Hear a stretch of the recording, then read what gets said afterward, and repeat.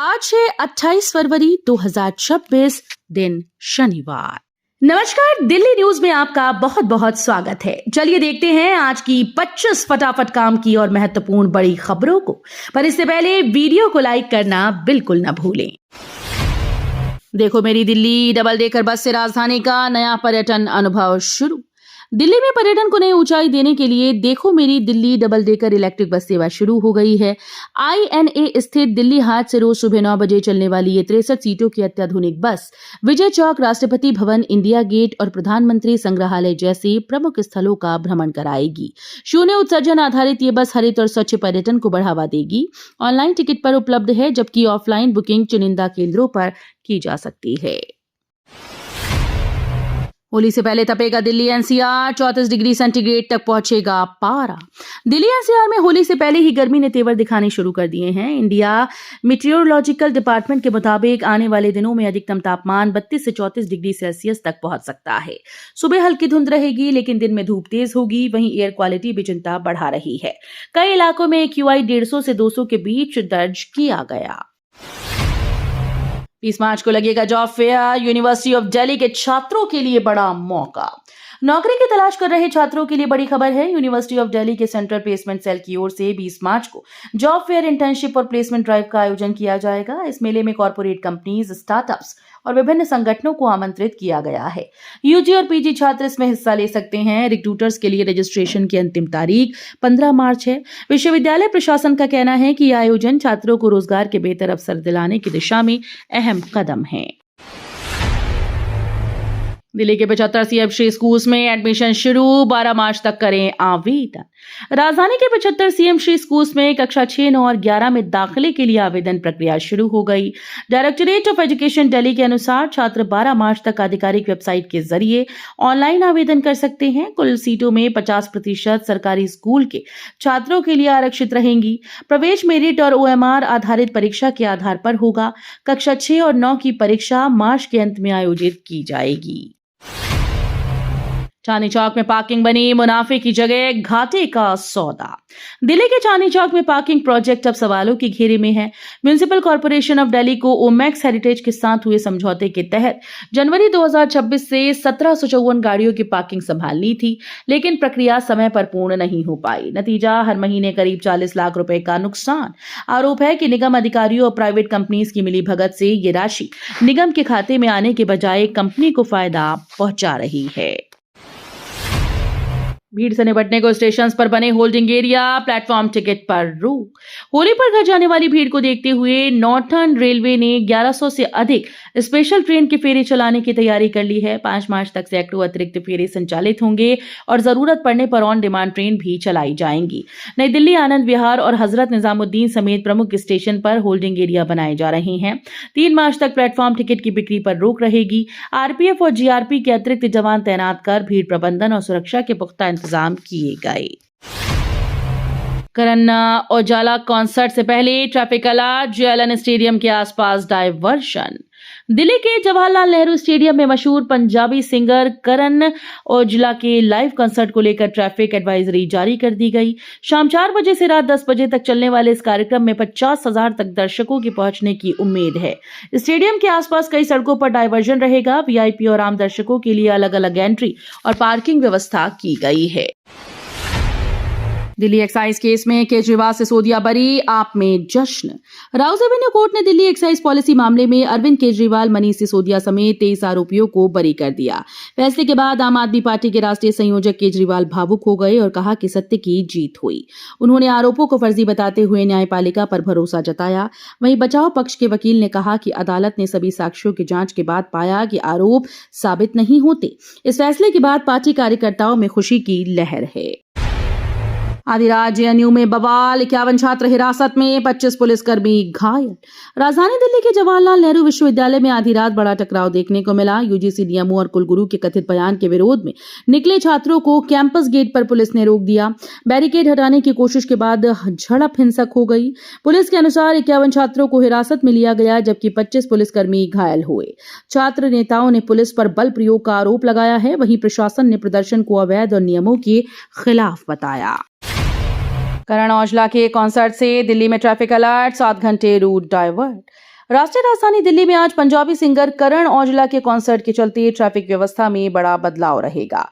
कार्यक्रम जवाहरलाल नेहरू स्टेडियम में होगा, जहां शाम 4 बजे से रात 11 बजे तक कई मार्गों पर प्रतिबंध और रूट डायवर्जन लागू रहेगा। करीब 45 से 50 हजार दर्शकों की पहुंचने की उम्मीद है। दिल्ली ट्रैफिक पुलिस ने लोगों को बीपी मार्ग, लोधी रोड और स्टेडियम के आसपास जाने से बचने और मेट्रो सेवा का उपयोग करने की सलाह दी। रेखा गुप्ता का केजरीवाल पर तीखा वार, उठाए गंभीर सवाल। दिल्ली के मुख्यमंत्री रेखा गुप्ता ने शराब नीति मामले को लेकर पूर्व मुख्यमंत्री अरविंद केजरीवाल पर सीधा हमला बोला। उन्होंने कहा कि जमानत या बरी होना क्लीन चिट नहीं होता, बल्कि ये केवल कानूनी प्रक्रिया का हिस्सा है। सीएम ने सवाल उठाया कि जांच शुरू होते ही शराब नीति वापस क्यों ली गई और सैकड़ों मोबाइल फोन क्यों बदले गए। उन्होंने कहा कि जनता के विश्वास से खिलवाड़ करने वालों को जवाब देना होगा और सच्चाई जल्द ही अदालत में सामने आएगी। अमेरिका की तर्ज पर हाईटेक होगा दिल्ली पुलिस का पीसीआर स्टाफ। राजधानी में इमरजेंसी रिस्पांस को और पारदर्शी बनाने के लिए दिल्ली पुलिस अपने पीसीआर स्टाफ को बॉडी वॉर्न कैमरों से लैस करने जा रही है। पहले चरण में 500 से ज्यादा कैमरे खरीदे जाएंगे, जबकि दूसरे चरण में पीसीआर वैन में डैशबोर्ड कैमरे लगाए जाएंगे। ये कैमरे रियल टाइम में रिकॉर्डिंग करेंगे, जिससे कार्रवाई का डिजिटल साक्ष्य तैयार होगा। इससे विवाद कम होंगे और जवाबदेही बढ़ेगी। चुनावी खर्च के आरोप पर सीबीआई ईडी को कोर्ट की फटकार, दुर्गेश पाठक को राहत। राउज एवेन्यू कोर्ट ने आबकारी मामले में जांच एजेंसी पर सख्त टिप्पणी करते हुए कहा कि केवल ज्यादा चुनावी खर्च के आरोपों पर केंद्रीय अन्वेषण ब्यूरो या प्रवर्तन निदेशालय को राजनीतिक मैदान में उतरने की इजाजत नहीं दी जा सकती।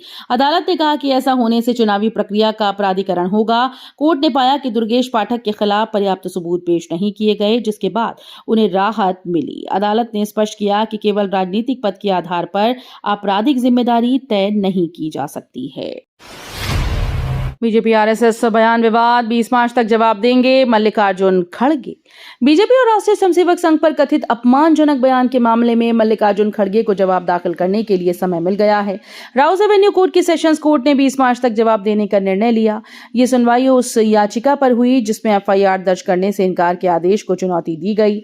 मामले में अगली सुनवाई 20 मार्च को होगी।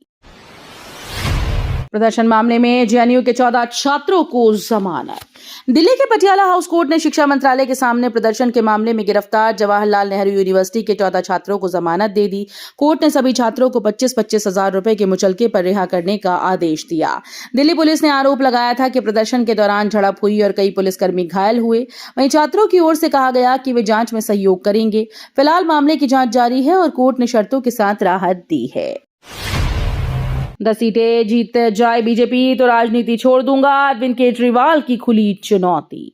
दिल्ली एक्साइज पॉलिसी केस में बरी होने के बाद पूर्व मुख्यमंत्री अरविंद केजरीवाल ने बीजेपी और प्रधानमंत्री नरेंद्र मोदी को खुली चुनौती दी। प्रेस कॉन्फ्रेंस में केजरीवाल ने कहा कि आज दिल्ली में चुनाव करा लें, अगर बीजेपी 10 से ज्यादा सीटें जीतती है तो वो राजनीति छोड़ देंगे। उन्होंने आरोप लगाया कि बीजेपी की सत्ता में वापसी के बाद दिल्ली को नुकसान हुआ। केजरीवाल ने कहा कि अंतिम फैसला जनता करेगी और दिल्ली के लोग सच्चाई जानते हैं। गोविंदपुरी होकर चलेगी नई दिल्ली पटना स्पेशल ट्रेन। होली के मद्देनजर यात्रियों की बढ़ती भीड़ को देखते हुए उत्तर मध्य रेलवे ने 04088/04087 नई दिल्ली पटना आरक्षित स्पेशल ट्रेन चलाने का फैसला किया। ये ट्रेन गोविंदपुरी होकर गुजरेगी। नई दिल्ली से दोपहर 2:30 बजे रवाना होकर ट्रेन अगले दिन सुबह पटना पहुंचेगी। इसके अलावा आनंद विहार टर्मिनल, बलैया, बरौनी नई दिल्ली और दरभंगा नई दिल्ली समेत कई ट्रेन की संचालन अवधि मार्च तक बढ़ा दी गई है।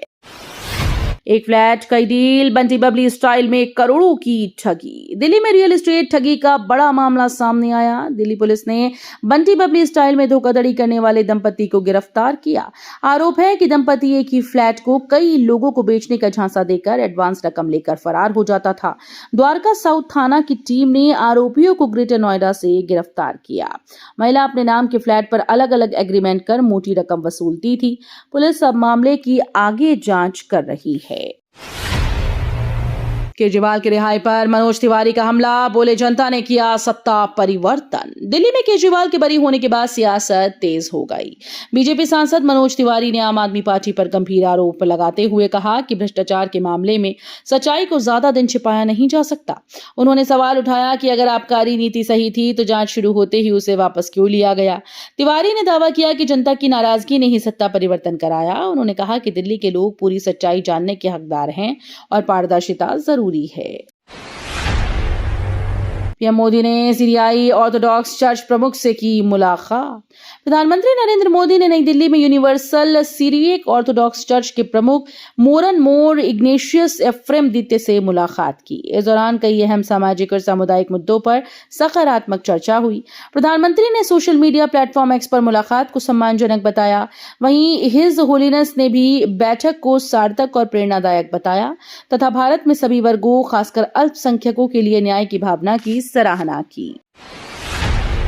कूड़े के बाहर से उठती जहरीली गैस, सांसों पर संकट। पूर्वी दिल्ली का गाजीपुर लैंडफिल स्थानीय लोगों के लिए बड़ी चिंता बना हुआ है। लैंडफिल से निकलने वाली मीथेन गैस, जहरीली धुआं और बार बार लगने वाली आग से आसपास की कॉलोनीज प्रभावित हो रही हैं। हजारों लोग सांस संबंधी बीमारियों और दूषित पानी की समस्या से जूझ रहे हैं। साइट पर अब भी लाखों मीट्रिक टन कूड़ा मौजूद है, जबकि रोजाना नया कचरा पहुंच रहा है। एआई समिट प्रदर्शन मामला, निगम भंडारी को 24 मार्च तक अंतरिम जमानत। दिल्ली के पटियाला हाउस कोर्ट ने एआई समिट में शर्टलेस प्रदर्शन मामले में यूथ कांग्रेस के महासचिव निगम भंडारी को 24 मार्च तक अंतरिम जमानत दी। ये प्रदर्शन 20 फरवरी को भारत मंडपम में हुआ था। अदालत ने उन्हें जांच में सहयोग करने का निर्देश दिया। इससे पहले कई अन्य कार्यकर्ताओं की गिरफ्तारी और पुलिस हिरासत बढ़ाई जा चुकी है।